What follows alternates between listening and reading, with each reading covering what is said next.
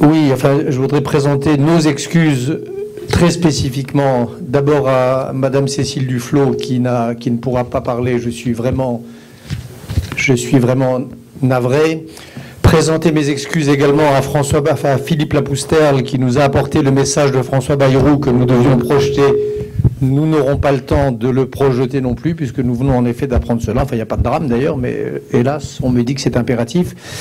Et je voudrais surtout présenter nos excuses à Abdoulhamid Sankar, qui est ici, qui ne parlera pas, à Gassam Aboud, que je regrette de ne pas entendre également, à Madame Alam, à Mohamed Salim, activiste des droits de l'homme que j'évoquais tout à l'heure, et à Amar Kourabi. Pardon, cher Amar, il est là.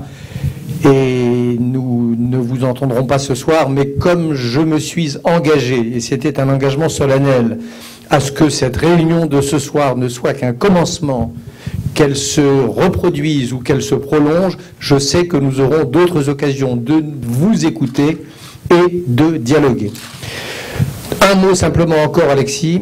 D'abord sur cette question du 2 poids et 2 mesures. Je voudrais tout de même ajouter que je suis très profondément convaincu que, bien sûr, André, tu as raison, 36 poids, 36 mesures, mais avec tout de même un lien entre tout cela. Et je suis convaincu que si, par exemple, ce qui ne me paraît pas une hypothèse absurde, Muammar Kadhafi est chassé du pouvoir, si la Libye entre enfin dans ce chemin démocratique qui lui est promis par le peuple de Benghazi et le peuple silencieux de Tripoli, je crois qu'il y aura une jurisprudence Kadhafi, un précédent libyen qui exercera un effet, une sorte de contamination vertueuse sur l'ensemble de la région, y compris là, et à commencer par la Syrie. Il y a une espèce de liste noire qui n'est pas providentielle, mais qui est tout simplement historique, en tête de laquelle, en effet, par le hasard des choses, se trouve Kadhafi, mais je crois que le numéro 2, hélas pour lui, d'une manière ou d'une autre, je ne sais pas comment s'écrira l'histoire, mais d'une manière ou d'une autre, si le serment que nous allons faire ce soir, nous le tenons, il y a un numéro 2 qui s'appelle Bachar el-Assad. Je voudrais vous lire maintenant ce texte qui a été écrit par Bernard Chalcha et Gilles Herzog et l'ensemble de l'équipe de la règle du jeu et qui a été donc d'ores et déjà ratifié par, je crois, tous ceux qui se sont succédés à cette tribune et que je vais vous demander de bien vouloir adopter avec nous. Depuis le mois de mars 2011, le peuple syrien a rejoint le printemps arabe, bravant avec un courage éblouissant la sauvagerie de l'appareil répressif aux ordres du clan Assad. Des centaines et des centaines de milliers d'hommes et de femmes sont descendus dans les rues pour exiger la fin de la dictature et la liberté. Nous ne sommes pas parmi les spectateurs attentistes et frileux de la révolution syrienne. Nous ne sommes pas non plus les soutiens aveugles et angéliques d'un mouvement dont l'issue est évidemment et par définition incertaine. Nous savons que l'histoire n'est jamais écrite d'avance et il est clair que le destin de la révolution syrienne en marche dépendra aussi de l'aide que le monde démocratique saura ou non lui fournir. C'est pourquoi nous exigeons de la communauté internationale qu'elle assume sa responsabilité d'aider le peuple syrien face à ses bourreaux.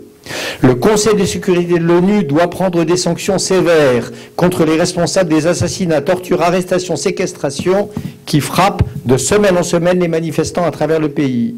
Assad et son clan devront répondre de leurs actes devant la Cour pénale internationale. Les réfugiés et déplacés devront bénéficier de l'aide que peuvent fournir d'ores et déjà les ONG humanitaires. Et c'est pourquoi nous nous engageons clairement, fermement, résolument, avec autant de discernement que de détermination, aux côtés de ceux des opposants syriens qui veulent bâtir un État démocratique, pluraliste, laïque, respectueux en droit et en acte de sa mosaïque ethnique et religieuse. Nous nous engageons à appuyer aussi longtemps que nécessaire le formidable combat qui porte la riche possibilité d'un Moyen-Orient débarrassé de ces tyrans, débarrassé de l'extrémisme et de l'obscurantisme, la possibilité d'un Moyen-Orient pacifié, la possibilité d'une Syrie vivante en paix avec ses voisins. Nous disons à nos amis syriens, parce que la démocratie est un bien universel, parce qu'elle est un droit absolu pour toute l'humanité, nous faisons le serment de vous accompagner jusqu'à ce qu'elle triomphe dans votre grand pays.